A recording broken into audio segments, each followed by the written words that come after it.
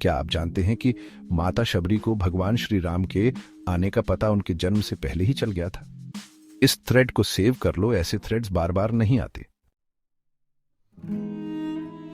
जब महर्षि मातंग स्वर्ग जाने के लिए तैयार हुए तो उन्होंने आश्रम की जिम्मेदारी छोटी सी शबरी को दे दी, जो बस 10 साल की थी। लेकिन शबरी उनका हाथ पकड़कर रोने लगी और उनके साथ चलने की जिद करने लगी। उसके आंसू देखकर महर्षि ने प्यार से कहा, बेटी यहीं रहो, एक दिन भगवान खुद इस आश्रम में आएंगे। महर्षि ने फिर समझाया, भगवान के आने में समय लगेगा। राजा दशरथ का अभी तक विवाह भी नहीं हुआ है। पहले वो कौशल्या से शादी करेंगे और इंतजार शुरू होगा। फिर वो सुमित्रा से शादी करेंगे और इंतजार जारी रहेगा। बाद में वो कैकेयी से शादी करेंगे और कई सालों बाद ही भगवान उनके पुत्र के रूप में जन्म लेंगे। वो बड़े होंगे, जानकी से शादी करेंगे और 14 साल के लिए वनवास जाएंगे। वनवास के आखिरी साल में जब जानकी का अपहरण होगा, वो उनकी खोज में यहां आएंगे।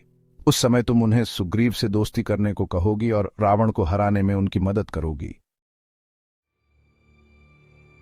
शबरी कंफ्यूज्ड हो गई। वो समझ नहीं पा रही थी कि ये इंतजार कितना लंबा होगा।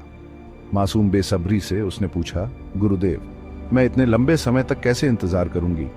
महर्षि मातंग ने उसे दिलासा दिया, भगवान जरूर आएंगे, ये पक्का है। वो कभी भी आ सकते हैं क्योंकि वो समय के पार है। याद रखो, वो एक बार प्रहलाद को बचाने के लिए खंभे से बाहर आए थे। वो तुम्हारे पास भी आएंगे, बस धीरज रखो। दुनिया मुझे तुम्हारे गुरु के रूप में याद रखेगी और ये मेरी तपस्या का फल है। शबरी ने अपने गुरु की बात मानी और आश्रम में ही रही। हर दिन वो प्रभु राम का इंतजार करती। वो रास्ते में फूल बिछाती, ये मानकर कि वो कभी भी आ सकते हैं। साल गुजर गए लेकिन उनका विश्वास कभी कम नहीं हुआ। वो बूढ़ी हो गई, फिर भी उनका दिल पहले जैसा ही मासूम रहा। एक दिन उनका इंतजार खत्म हुआ। प्रभु राम के पैर उनके द्वारा प्यार से बिछाए गए फूलों पर पड़े। भावुक होकर उनके चेहरे से आंसू बहने लगे। उनके गुरु की बात सच हो गई, प्रभु उनके पास आ गए। प्रभु राम, जिन्होंने अपनी माताओं का झूठा कभी नहीं खाया था, उन्होंने शबरी द्वारा दिए गए साधारण बेर प्यार और कृतज्ञता से स्वीकार किए। शबरी, प्रभु राम, क्या आपको मेरी छोटी सी झोपड़ी ढूंढने में बहुत मुश्किल हुई? श्री राम, माता, मुझे आपके पास आना ही था, कोई भी मुश्किल मुझे रोक नहीं सकती थी। शबरी, प्रभु, मैं आपके जन्म से पहले से आपका इंतजार कर रही हूँ। मुझे ये भी नहीं पता था कि आप कैसे दिखते हैं या आप मेरे पास क्यों आएंगे।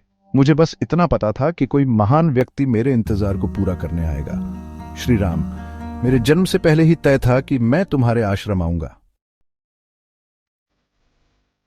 भक्ति दो तरह की होती है, वानरी भाव और मार्जारी भाव। एक बंदर का बच्चा अपनी मां को कसकर पकड़ता है, पूरी ताकत से चिपक जाता है, उस पर पूरा भरोसा करता है। यह भक्ति का एक तरीका है, पूरी कोशिश से भगवान को पकड़े रहना। लेकिन मैंने दूसरा रास्ता चुना, बिल्ली के बच्चे की तरह। एक बिल्ली का बच्चा अपनी मां से चिपकता नहीं है, बल्कि शांति से बैठता है, ये जानते हुए कि मां उसे ले जाएगी और उसकी रक्षा करेगी। मैंने उसी विश्वास के साथ आपका इंतजार किया। प्रभु श्री राम मुस्कुराए और शबरी को आशीर्वाद दिया कि उन्हें मोक्ष की प्राप्ति होगी।